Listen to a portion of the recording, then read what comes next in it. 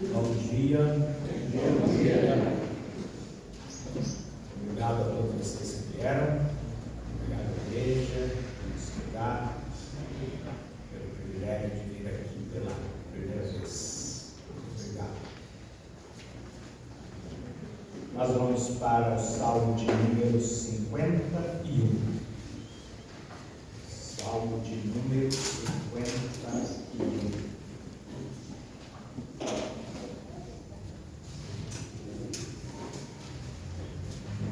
Verso 1.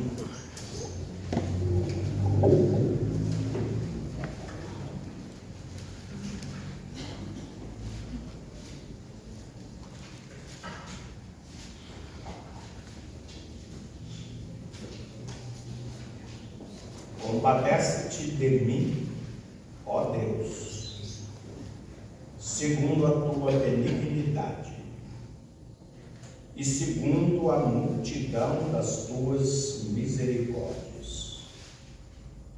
Apaga as minhas transgressões, lava-me completamente da minha iniquidade e purifica-me do meu pecado. Pois eu conheço as minhas transgressões e o meu pecado está sempre diante de mim. Pequei contra ti somente, e fiz o que é mal perante os teus olhos, de maneira que serás tido por justo no teu falar e puro no teu julgar. Eu nasci na iniquidade, e em pecado me concebeu minha mãe. Eis que te comprases na verdade no íntimo, e no recôndito me fazes conhecer a sabedoria. Purifica-me com hisopo, e ficarei limpo. Lava-me, e ficarei mais alvo que a neve.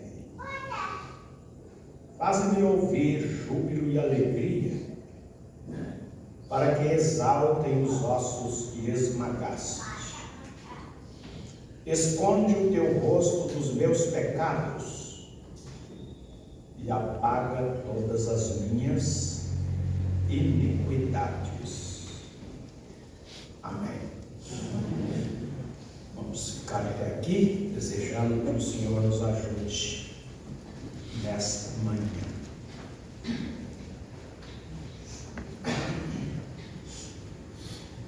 Ontem nós pensamos um pouquinho na consciência de Davi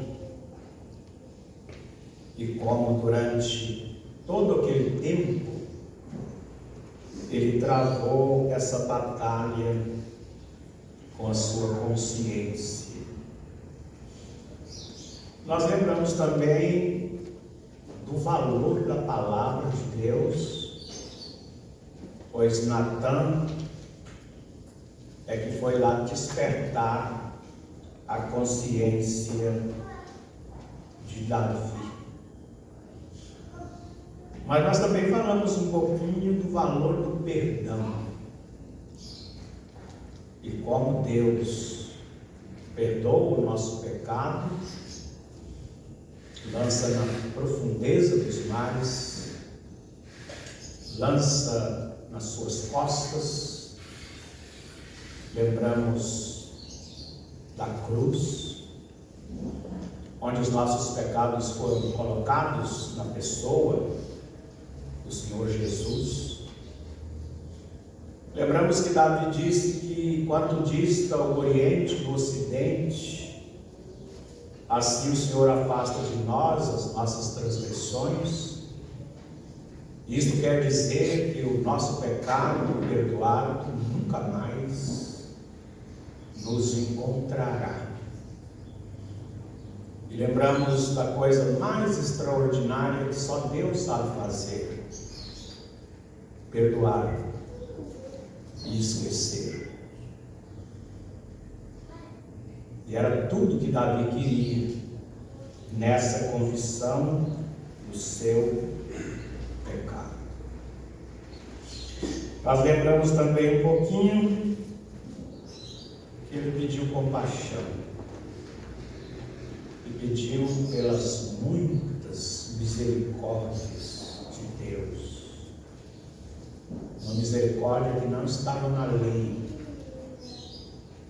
mas que ele precisava, porque o seu pecado era digno de pena de morte. Hoje nós vamos pensar um pouquinho nessa expressão do verso 2 que diz: lava-me completamente da minha iniquidade e purifica-me do meu pecado. Lava-me completamente.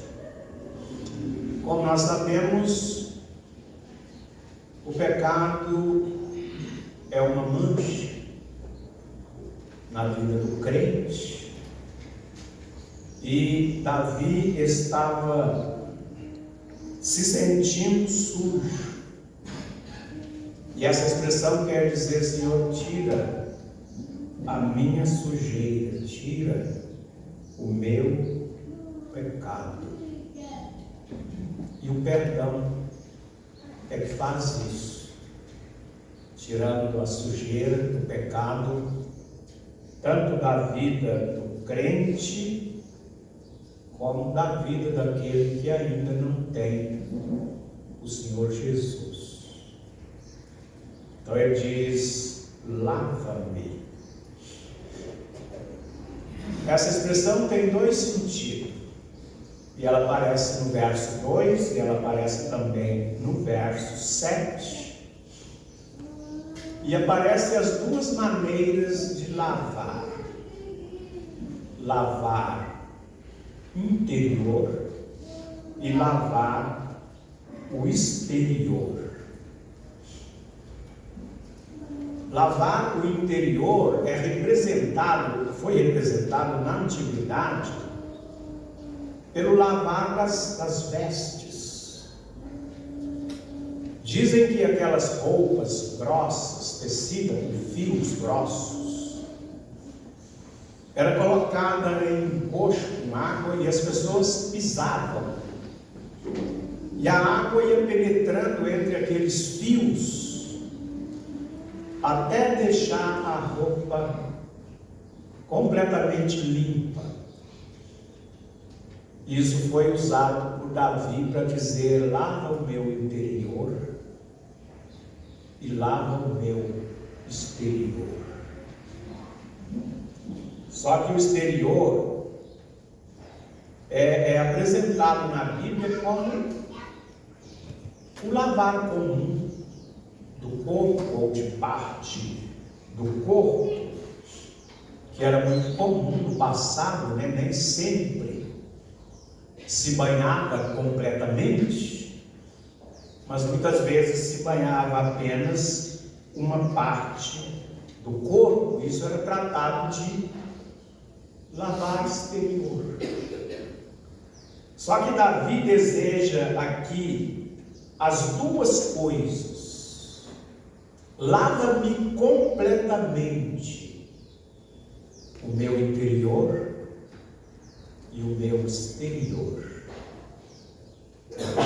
O pecado tem essas coisas. Aquilo que as pessoas não veem e aquilo que só Deus vê. Mas existe também aquilo que as pessoas veem. E quando Davi pede para ser lavado, ele está dizendo: Senhor, o que o Senhor está vendo em mim, e o que eu sei que eu sou, lava-me. Senhor, mas as pessoas também estão vendo o que eu fiz. Essa nação inteira está vendo o que eu fiz.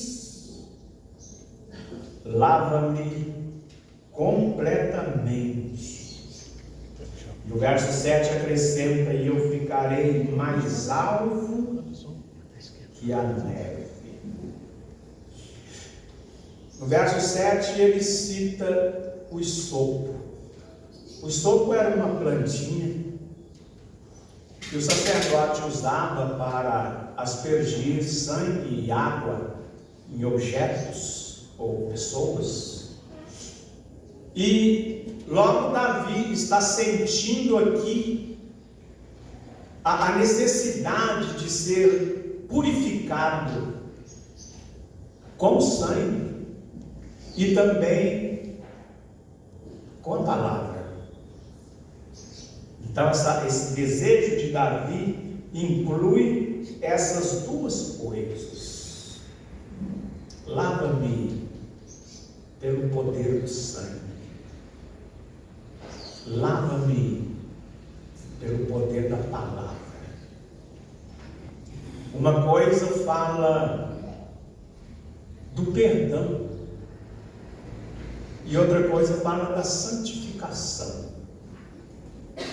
Davi está sentindo a necessidade de praticar a santificação, porque onde ele chegou, ele foi longe demais em relação ao pecado.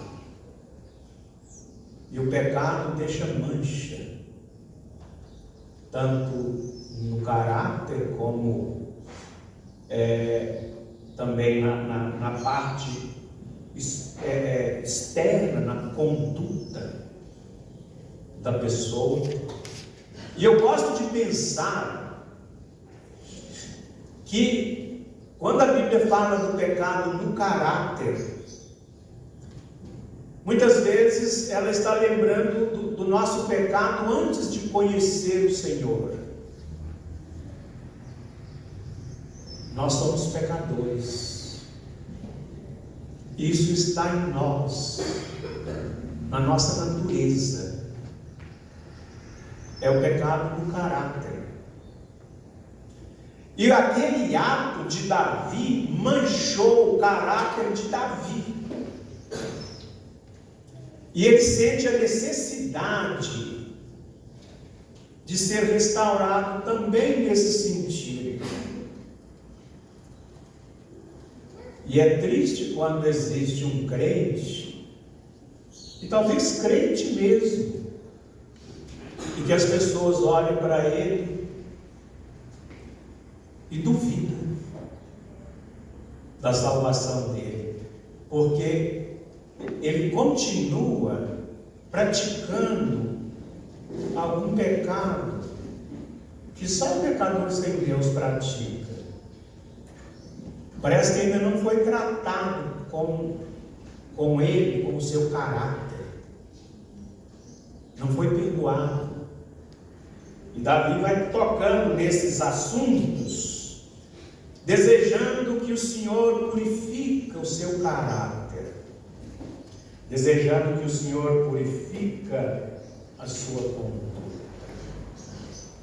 desejando que o sangue trata do seu pecado e que a palavra trata da santificação. O Senhor Jesus disse: santifica-os na verdade. A tua palavra é a verdade. E Davi vai fazendo então essa confissão, demonstrando que de fato ele era uma pessoa que pertencia a Deus. Na nossa maneira de olhar para o passado, podíamos dizer, era um crente mesmo. Era um crente, mas que cometeu um pecado que as pessoas incrédulas cometem.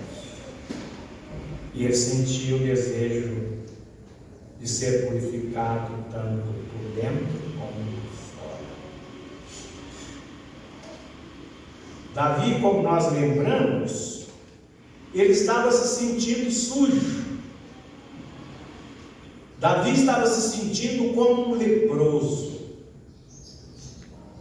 E todos nós conhecemos a história da lepra, né? Aquela coisa horrível. E Levítico, no capítulo 13, fala de 3 doenças: a lepra, a tinha e uma outra doença que eu não lembro o nome dela agora. Mas só a lepra é que descia além da pele. Ou seja, ela é uma figura do pecado no caráter. E quando o Senhor ensina a respeito desse assunto, Ele ensina também a respeito da purificação do leproso. E como eram aquelas cerimônias lá para a purificação do leproso. Uma coisa interessante a respeito disso é que o sacerdote lidava com o leproso e ele não se contaminava. Uma figura do Senhor Jesus, que veio aqui neste mundo, lidou com os pecadores e nunca se contaminou. E lá no passado, só o sacerdote lidava com o leproso e não se contaminava. E aí vai o leproso perante o sacerdote, ele é examinado, e o sacerdote vai dizer: você vai ficar 7 dias no arraial, mas primeiro você vai rapar todo o pelo da cabeça, da barba, tudo que for pelo. E eu gosto de lembrar que o cabelo curto para o homem é símbolo da sua dignidade. E quando o leproso tirava todo o pelo, ele era apresentado como uma pessoa que tinha sido curada, mas como uma pessoa sem dignidade. E ele ficava 7 dias fora ou 7 dias no arraial.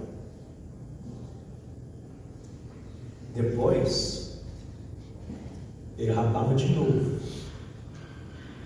apresentava de novo os sacerdotes, e agora ele podia entrar na sua tenda, ou na nossa linguagem de hoje, podia entrar no seu lar. Eu gosto de comparar isso com a maneira que Deus trata o pecado e a maneira que a igreja trata o pecado. Ah, eu pequei. Como é que a igreja vai tratar o meu pecado? Eu tenho que ficar 7 dias no arraial. Porque depois do pecado eu fiquei um homem sem dignidade. Depois do pecado eu perdi a confiança da igreja, da família. E aí eu vou ficar 7 dias no arraial. Quer dizer, 7 dias no meu bairro, na minha cidade. 7 dias as pessoas estão olhando para mim e estão dizendo: não, de fato, ele está restaurado. E só depois dos 7 dias que eu posso entrar no meu lar, que a minha dignidade é restaurada. Existe uma prática entre os irmãos que muitas vezes é contestada por muitas pessoas. Alguém caiu no pecado, a igreja trata. Algum tempo depois a igreja restaura para a comunhão. Isso quer dizer que a primeira pessoa a perdoar é Deus. Na medida que o pecador contrito e arrependido, falando do crente, o Senhor Jesus, entra perante Deus pedindo perdão, ele é perdoado, ele é restaurado. Mas e o arraial? Mas e a igreja? Mas e a família?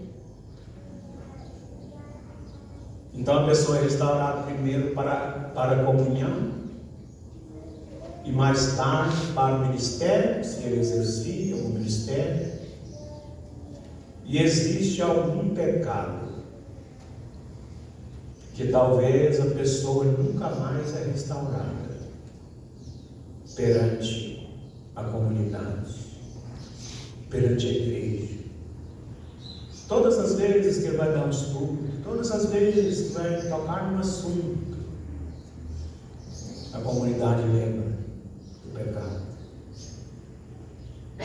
E é interessante essa restauração do leproso, que nós lembramos que o Davi está se sentindo leproso, ele quer ser purificado.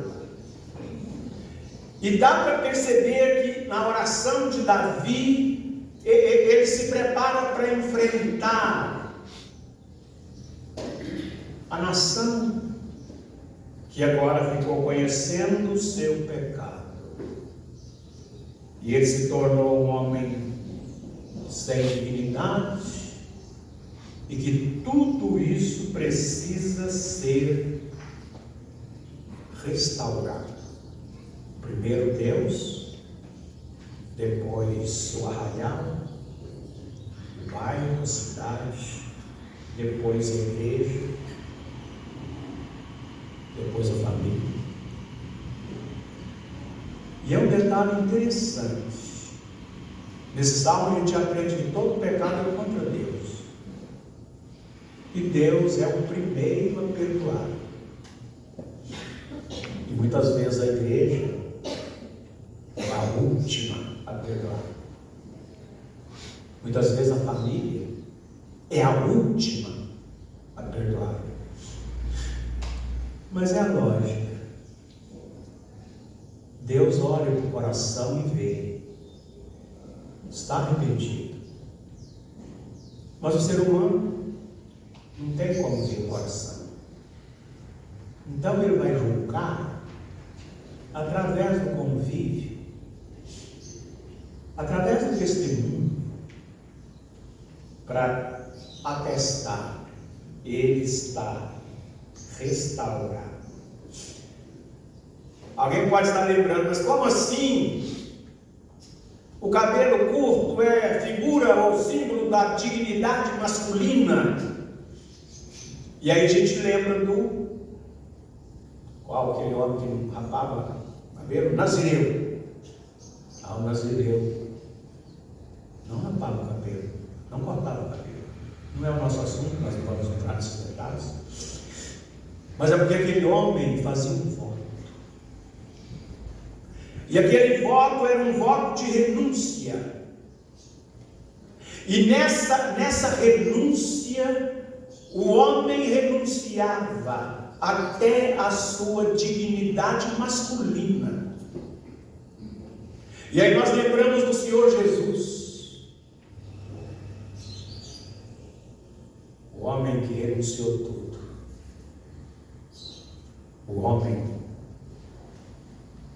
que, para cumprir e fazer a vontade de Deus, ele renunciou tudo. Nazireu não bebia vinho.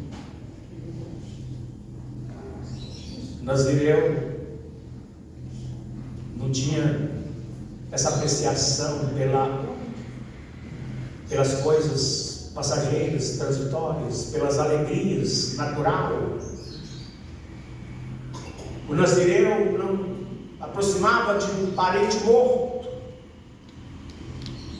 Ele separava as suas emoções para Deus.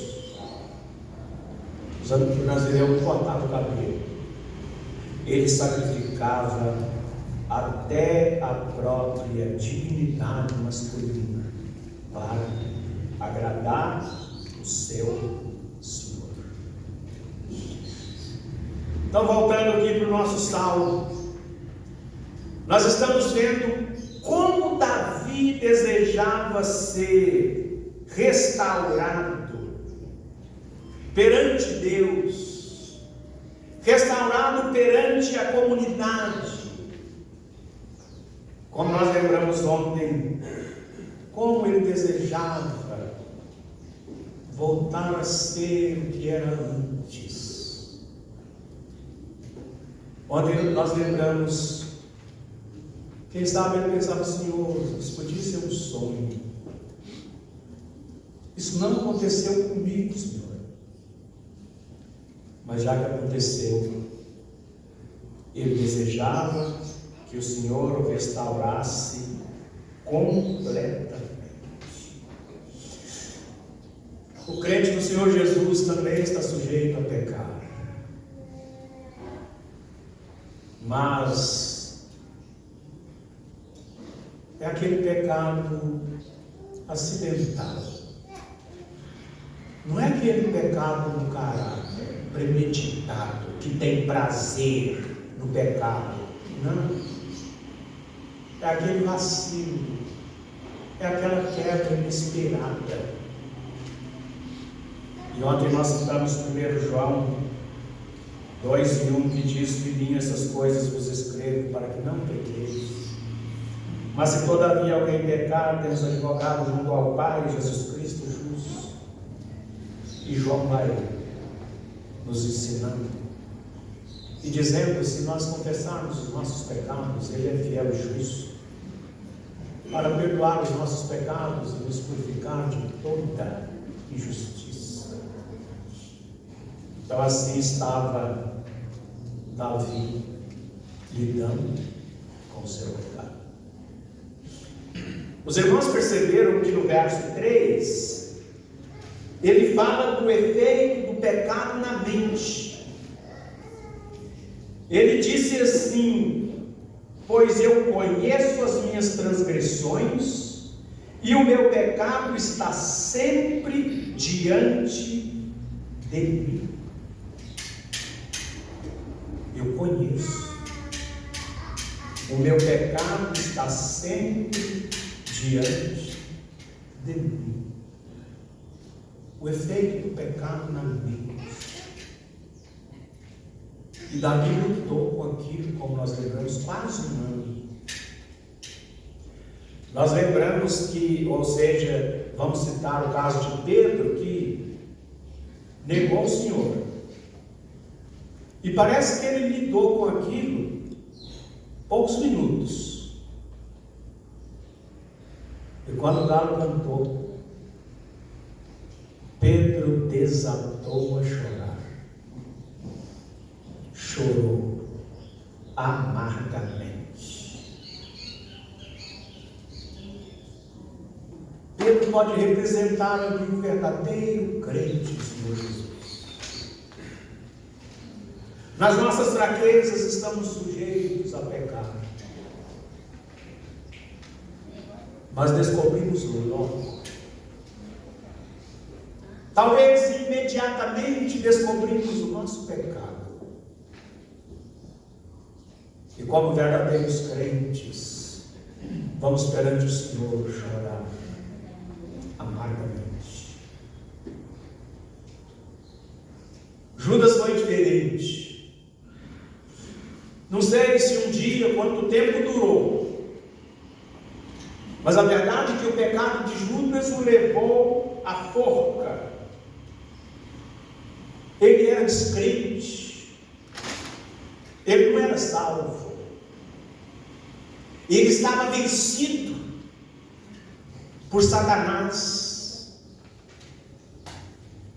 E quando nós pensamos no homem sem Cristo, quantas vezes essas pessoas estão vencidas? E alguns têm um desejo profundo de ser salvo, perdoado, mas eles estão vencidos. Quando o Senhor Jesus veio ao mundo, um dia ele entrou na sinagoga de Nazaré e leu. no rolo do livro do profeta Isaías, que ele foi enviado para proclamar libertação aos cativos e pôr em liberdade os oprimidos.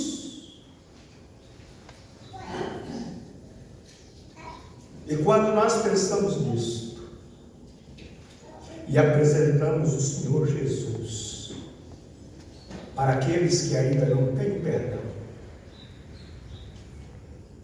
para dizer só Ele pode libertar o pobre pecador.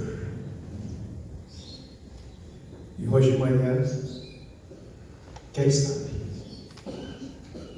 a gente fala com alguém assim, faminto, sedento, desejo de Deus, desejo do céu, mas não tem forças. E aí o Senhor Jesus é apresentado. Conhecereis a verdade, e a verdade vos libertará. E se, pois, o Filho vos libertar, verdadeiramente sereis livres. Então, voltando aqui para o nosso texto, o Davi está dizendo: Senhor, eu conheço, o meu pecado está diante de mim, está na minha mente. Eu não consigo esquecer do meu pecado. É interessante, e nós já vamos encerrar, quando a gente lê a respeito do fim da vida de Davi. Davi morreu com aproximadamente com 70 anos de idade. Desculpe a expressão, ele estava um caco. E nos seus salmos ele vai falar do efeito do pecado que envelheceram os seus ossos, por causa dos seus constantes gemidos. E ele dizia: porque a mão do Senhor pesava dia e noite sobre mim. E foi trazido aquela jovem, aquela virgem, para que Davi pudesse dormir nos braços dela. E a Bíblia diz: e ele não a conheceu como mulher. 70 anos. O pecado consumiu a juventude de Davi. O pecado acelerou a velhice de Davi de uma maneira extraordinária. E como é bom a gente ver moços e moças se preservando e não se deixando vencer pelo pecado, porque o pecado destrói a saúde,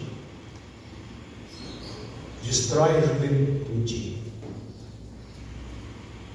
Quando a gente lê de Judá, de Rubem, que Jacó está ali abençoando seus filhos, e começa a falar umas coisas bonitas sobre Rubem, e de repente ele tira a mão e diz: não, ele subiu no meu leito, e o que era para ser dado a Rubem foi dado a Judá. E hoje se canta não o leão da tribo de Rubem, mas o leão da tribo de Judá, porque também Judá desperdiçou a sua juventude no pecado. E hoje de manhã nós queremos deixar essas poucas coisas, desejando que sejamos crentes no Senhor Jesus, que nos preservamos para Ele, para a sua glória, para a sua honra, para o seu louvor, para o seu serviço. Que tenhamos juventude, velhice abençoada para o Senhor. Que o Senhor nos ajude. Amém. Amém.